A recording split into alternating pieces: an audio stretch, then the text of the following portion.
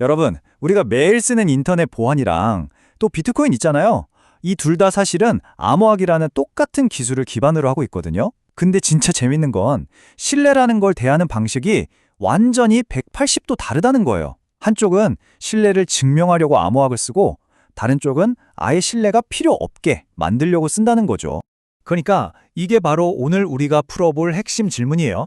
아니, 어떻게 똑같은 기술에서 시작했는데 한쪽은 신뢰의 세계를, 다른 한쪽은 신뢰가 필요 없는 세계를 만들 수 있었을까요? 자, 지금부터 그 여정을 한번 같이 따라가 보시죠. 정말 흥미진진할 겁니다. 바로 이 화면이 그 차이를 딱 보여주는데요.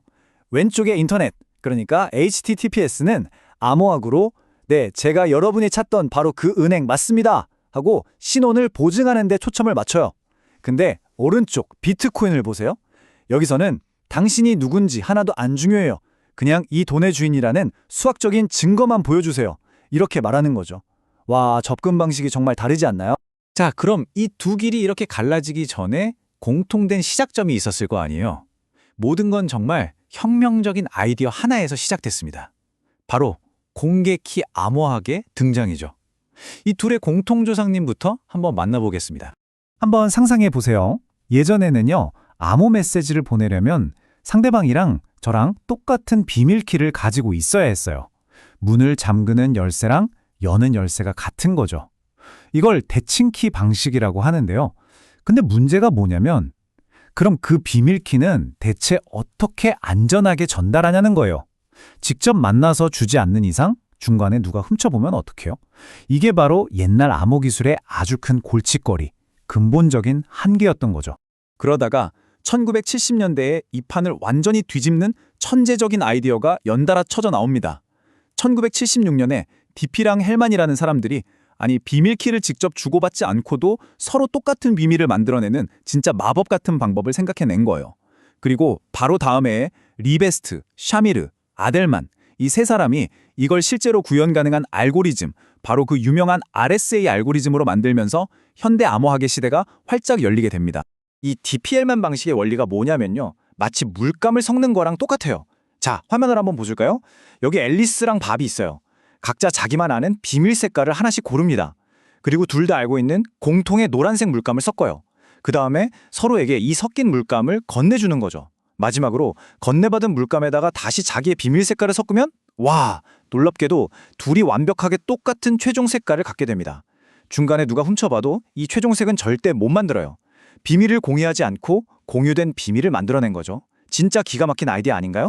근데 RSA 알고리즘은 여기서 한 발짝 더 나아갑니다.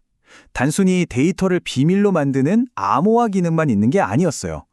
이 메시지 진짜 내가 보낸 거 맞아? 라고 도장을 꽝 찍어주는 디지털 서명 기능까지 함께 들고 나왔거든요.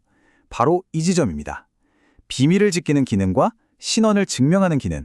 이 두 가지 갈래길이 나타난 바로 이 순간이 우리가 오늘 이야기하는 인터넷과 비트코인이 전혀 다른 운명을 걷게 된 결정적인 분기점이었던 겁니다. 자, 그럼 이제 첫 번째 길부터 따라가 볼까요? 암호학이 어떻게 지금 우리가 쓰는 인터넷이라는 거대한 신뢰 시스템을 만들었는지 그 이야기입니다.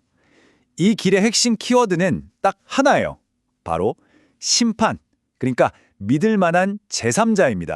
디지털 서명, 좋아요. 상대방 신원을 확인할 수 있다니 편리하죠. 근데 바로 여기서 또 다른 문제가 생깁니다. 자, 여러분이 은행 사이트에 접속했어요. 근데 여러분이 받은 그 공개키가 진짜 그 은행의 것이라고 어떻게 확신할 수 있을까요? 만약에 해커가 중간에서 가짜 공개키로 살짝 바꿔치기 했다면요. 큰일 나겠죠. 그래서 이 공개키의 주인이 진짜 누구냐를 증명해줄 무언가가 필요해진 겁니다. 그래서 나온 해결책이 바로 PKI, Public Key Infrastructure, 우리말로는 공개키 기반 구조라는 겁니다. 말이 좀 어려운데요. 아주 간단해요. 모두가 믿을 수 있는 공인된 심판을 딱 세워두는 방식이에요. 이 심판을 우리가 인증기관, 영어로는 CA, Certificate Authority라고 부릅니다. 그냥 디지털 주민등록증 발급센터 같은 거라고 생각하시면 딱 맞습니다. 그럼 이 CA가 뭐라냐면요. 먼저 어떤 회사가 저희 은행 맞아요 하고 신청하면 이 CA가 서류도 보고 진짜 꼼꼼하게 신원 확인을 해요. 그리고 네, 확인했습니다. 이 공개키는 이 은행 것이 맞습니다 하는 일종의 보증서, 디지털 인증서를 발급해주면서 자기의 권위 있는 도장을 꽝 찍어주는 거죠. 근데 진짜 재미있는 건 여러분이 쓰시는 크롬이나 사파리 같은 웹브라우저에는 이미 우리가 믿을 만한 CA 목록이 쫙 깔려 있다는 거예요.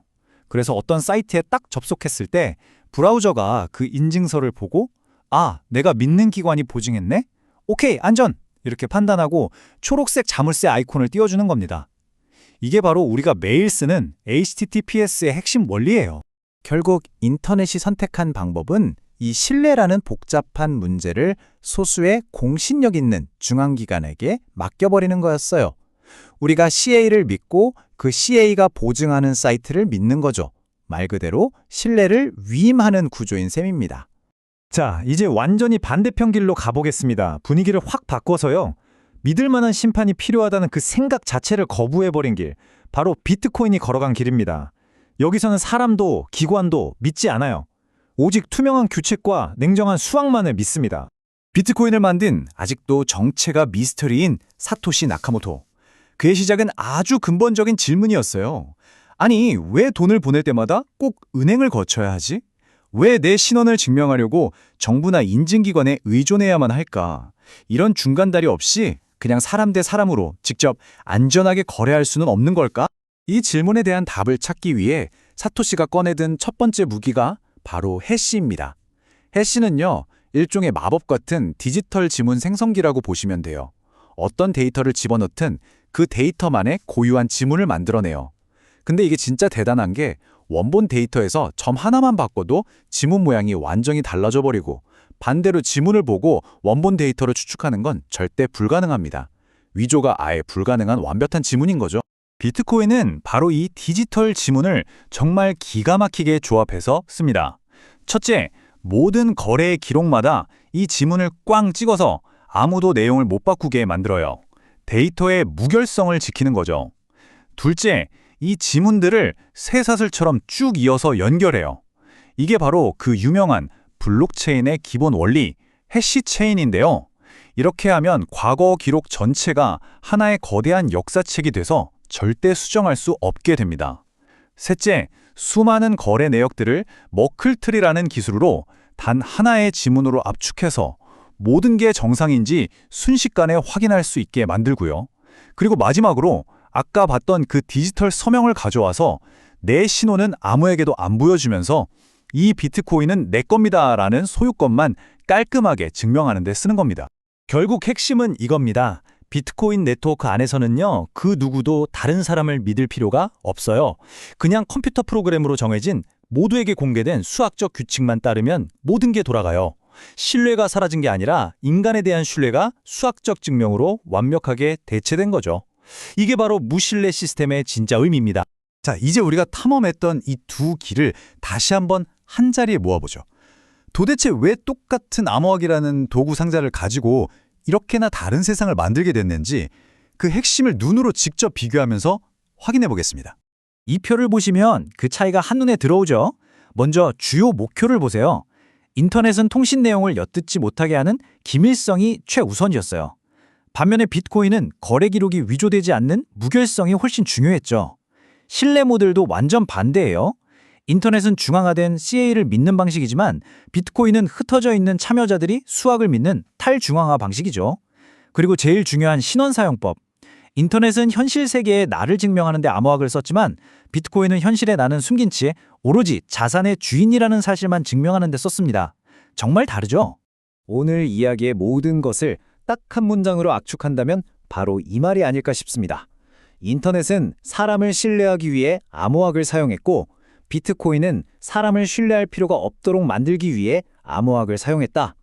같은 기술로 시작했지만 철학이 이렇게나 달랐던 겁니다. 그리고 이 두 갈래 길은요, 그냥 과거의 역사가 아닙니다. 지금 이 순간에도 우리가 만들어가고 있는 미래의 모습 그 자체죠. 앞으로 세상을 바꿀 새로운 혁신들은 과연 어떤 길을 선택하게 될까요? 소수의 믿을 만한 기관을 신뢰하는 길일까요? 아니면 누구도 믿을 필요 없이 오직 수학만을 신뢰하는 길일까요? 어쩌면 이 질문에 대한 답이 바로 다음 시대의 풍경을 결정하게 될지도 모릅니다.